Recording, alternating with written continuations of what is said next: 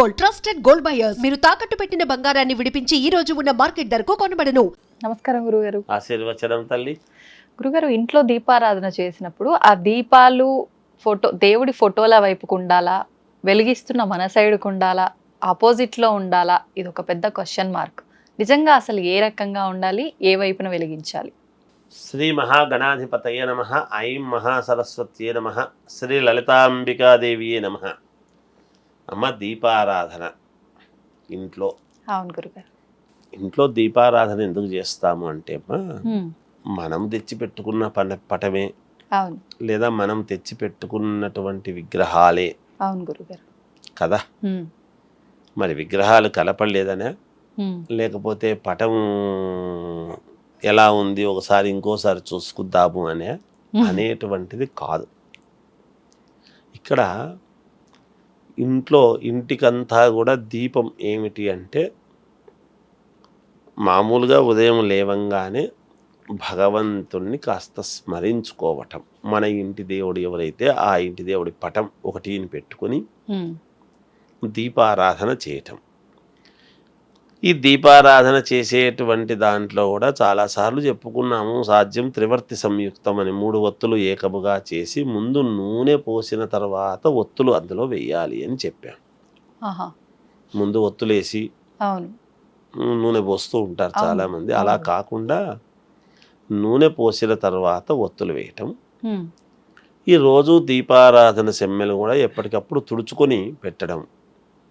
సాయంకాలం తుడవక్కర్లేదు, అలాగే కొంచెం ముందుకు జరిపి ఒకవేళ ఉన్నటువంటి ఒత్తిని మనం మళ్ళీ పునః వెలిగించుకోవచ్చు. కానీ మళ్ళీ మరుసటి రోజు ఉదయం మాత్రం అదే ఒత్తిని ముందుకు జరిపి వెలిగించటం అనేటువంటిది శ్రేయోదాయకం కాదు, వేరే ఒత్తులు వేయవలసినటువంటి. అందుకే మనం కూడా ఇడిచిన వస్త్రాలు మరుసటి రోజు వేసుకోకూడదు. స్నానం చేసిన తర్వాత వేరే ఉతికిన వస్త్రాలు వేసుకుని బయలుదేరాలి అనేటువంటి. వస్త్రం ఎప్పటికప్పుడు మార్చడమే. అందుకే మనం వస్త్రం సమర్పయామి అన్నప్పుడు ఒత్తి పత్తి ఏ దేవునికైనా మనం ఇవ్వడం జరుగుతుంది. మనం వ్రతాలలో ఆయిల్ ఉండిపోతుంది కదా గురుగారు, అది మళ్ళీ ఉపయోగించవచ్చా? మరుసటి రోజుకి వినియోగించకూడదు. ఆ ఆయిల్ తీసేయాల్సింది ఒకటి. ఎందుకు ఆయిల్ తీసేసి శుభ్రంగా తుడవాలి సెమ్మెల్ను. అక్కడే మన కకృతి అనేటువంటిది పనికిరాదు, కనిపిస్తుంది అక్కడే అందరికీ.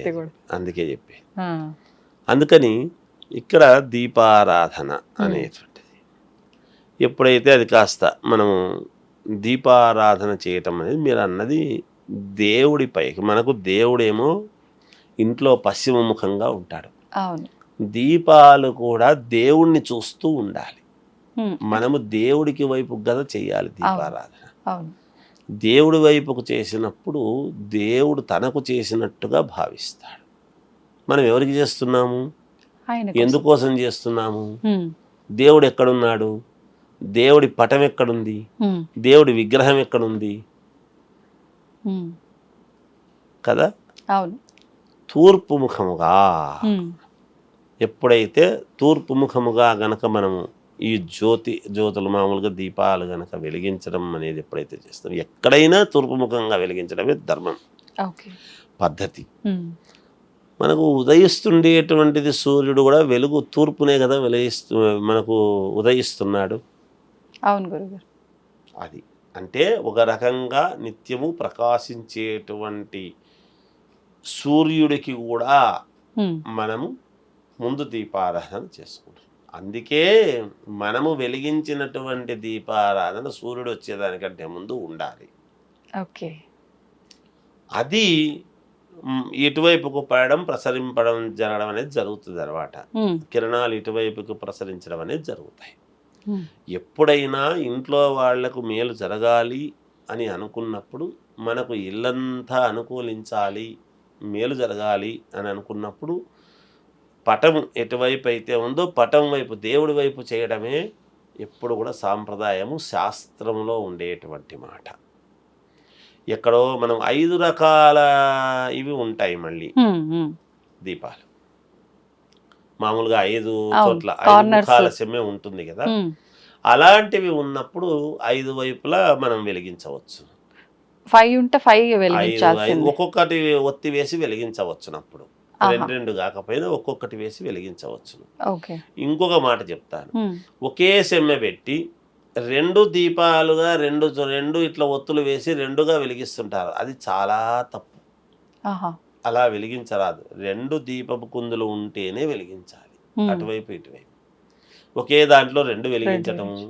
మంచిది కాదు. ఓకే. ఇంకొక మాట చెప్తాను. ఈ రెండు దీపారాధనలు వెలిగించినటువంటి తర్వాత మనం ఏదో ప్రత్యేకంగా ఒకటి దీపము అని పెడుతూ ఉంటాం, ఉమ్. ప్రత్యేకమైనటువంటి దీపము అని. అది అందుకనే వాటికి మధ్యలో పెట్టరాదు ఎప్పుడూ కూడా. ఈ రెండు దీపాలకి ఈ మధ్యలో. రెండు దీపాలకు మధ్యలో ఎప్పుడూ పెట్టరాదు. ఉమ్. అది ప్రత్యేకముగా ఒక స్థానము అని అనుకూలం చూసుకొని పెట్టాల్సిందే. ఇప్పుడు ఈ ఉప్పు దీపం అని అవును. ఏదో అది పెడితే వస్తుంది, ఇది పెడితే మన తృప్తి కోసం మనం ఏదో ఇవి పెడితే మంచిది అనేటువంటి ధోరణితో పెట్టేటువంటి విధానంలో పెడుతూ ఉంటాం. ఉమ్. అందుకని అలా చేస్తే ఒక విధానం. ఉమ్. అది ఆ రెండిటికి మధ్యలో పెట్టరాదు. ఇట్లా మూడు దీపాలు మూడు వరుసగా ఉండటము కరెక్ట్ కాదు. ఓకే. ఓకే. ఇవి కొన్ని చాలా దీపాలు వెలిగించేటువంటి విధానములో కూడా ఇవన్నీ ఉన్నాయి. ఉమ్. ఇప్పుడు కొన్నిసార్లు ప్రమిద మధ్యలోంచి ఒత్తి వచ్చి ఒక దీపం వెలుగుతూ ఉంటుంది కదా గురుగారు, ఆ. అవి వెలిగించొచ్చా? అవేనా దాంట్లో రెండు వేసి కదా ఒత్తి పైకి వత్తిలు తీస్తాం. రెండు. రెండు ఒత్తులు వేసి పైకి చేస్తాం. ఆ. మీరు పైకి పెడుతున్నారా కిందికి పెడుతున్నా, ముందు కన్నా పెట్టాలి, పైకన్నా ఉండాలి. ఓకే. ఉండొచ్చు, తప్పులేదు. ఉమ్. ఊర్ధ్వం. ఉమ్. ఎందుకంటే మనలో ఉండేటువంటి జ్ఞాన జ్యోతి మీరు ముందుకు పెట్టినా జ్యోతి అయితే ఇట్లనే కదా స్ట్రైట్ వెలుగుతుంది, గా. అవును. అవును. స్ట్రైట్ గా కదా వెలుగుతుంది. జ్యోతి ఎప్పుడూ కూడా అది ఉంది అంటే మనకు వెలగాలి, మనం పైకి ఎక్కి రావాలి, మన జీవితం ముందుకు నడవాలి అనేటువంటి, అంటే దాని అర్థం ఏమిటి? ఉమ్. అలా పైకి ఉంటేనే కదా మనము ముందుకు, సెమ్మెలు ముందు వైపుకు పెట్టి మనం పక్కకు పెట్టి చేస్తూ ఉన్నా జ్యోతి ఎదురుగానే వెలుగుతుంది కదా, పైకే కదా వెలుగుతుంది. అవును. ఇందులో అయినా జ్యోతి పైకే వెలుగుతుంది. ఉమ్. పెట్టవచ్చు, మధ్యలో ఉండి కూడా పెట్టవచ్చు. ఓకే. అది ఏం తప్పు కాదు. ఉమ్. అదన్నా చేయొచ్చు, ఇదన్నా చేయొచ్చు. కానీ తూర్పు ముఖంగా ఉండటమే శ్రేయోదాయకం ఎప్పుడు కూడా. ఉమ్. అంతేగాని ఇలా ఎలా బుద్ధి పుడితే అలా చేయడం అనేది కరెక్ట్ కాదు. ఒకటి. ఇంకొకటి అగ్గిపెట్టెతో వెలిగిస్తూ ఉంటారు, అది కరెక్ట్ కాదు. ఆ.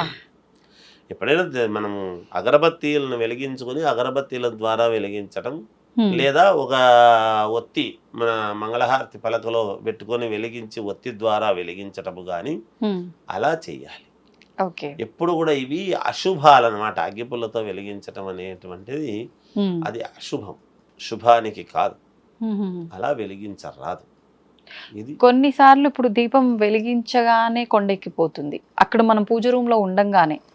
అలాంటప్పుడు అంటే దాన్ని ఏదైనా అశుభంగా భావించవచ్చు అంటారా? తిరిగి అదే ఒత్తి పైన మళ్ళీ దీపం వెలిగించవచ్చా? మళ్ళీ ఒత్తి మార్చాలంటారా గురుగారు? వెలిగించవచ్చమ్మా.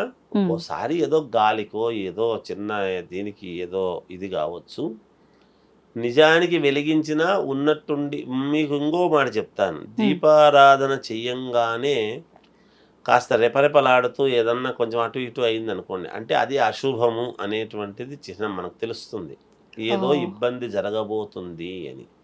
సెమ్మెలు నల్లగా అయినాయి అనుకోండి, సెమ్మెలు నల్లగా అవుతాయి, ఒక్కోసారి బాగా నల్లగా అయిపోతాయి. అప్పుడు అశుభము గోచరిస్తుంది, ఏదో అశుభము మీకు ఇబ్బంది కలగబోతున్నది అని తెలుస్తుంది.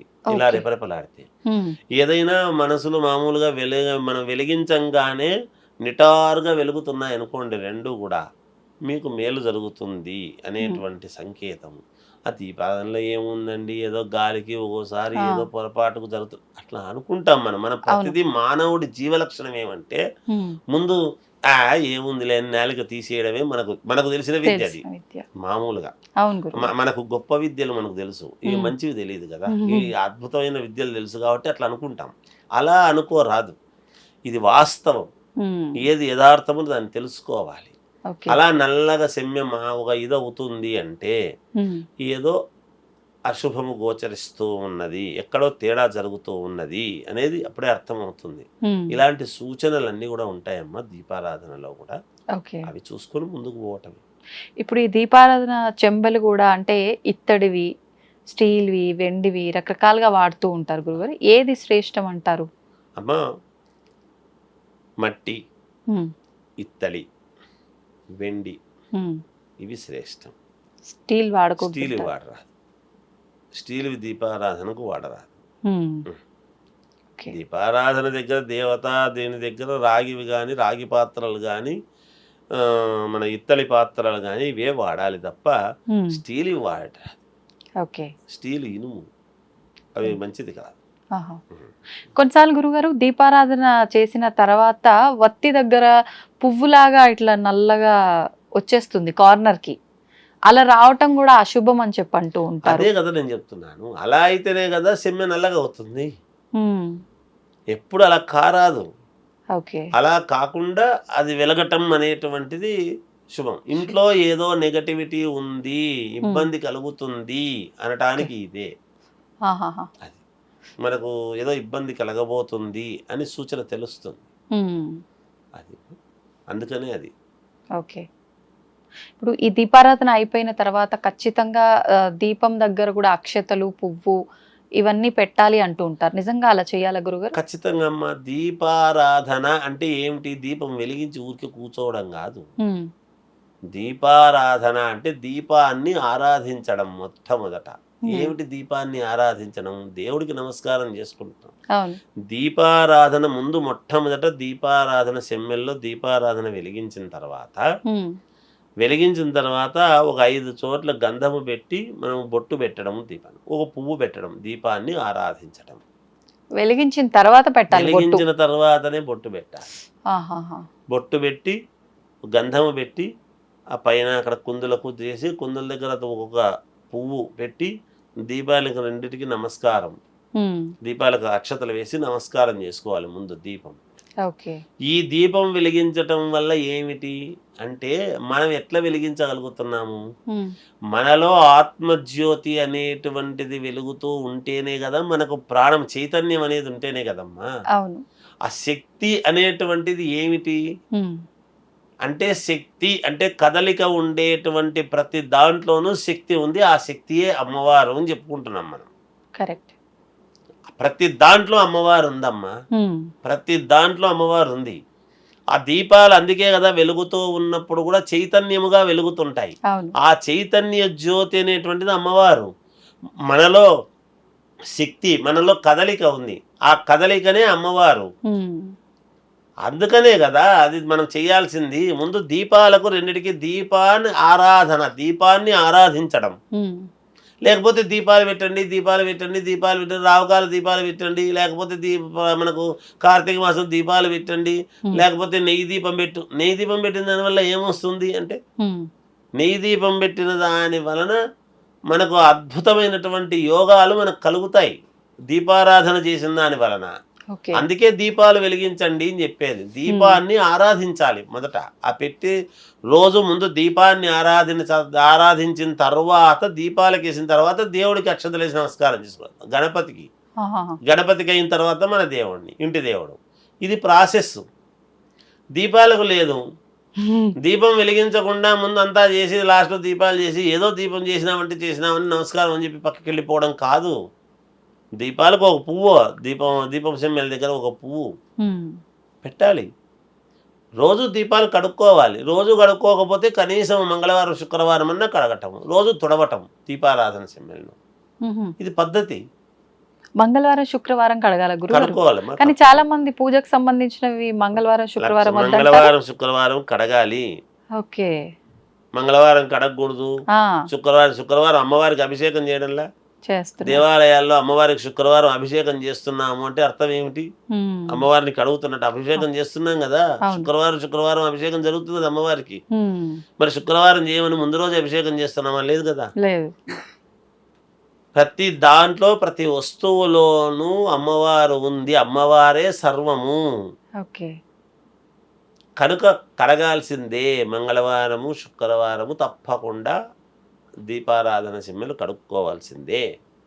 దాంట్లో మళ్ళీ సందేహమే లేదు, నిస్సందేహంగా చెప్తున్నాను, చేసుకోవాల్సిందే. దేవత మనం ఒక విడిగా ఇంకొక టాపిక్ మాట్లాడుకుందాం గురుగారు, ఈ శుభ్రం చేసే విధానాల గురించి. ధన్యవాదాలు గురుగారు. జయం.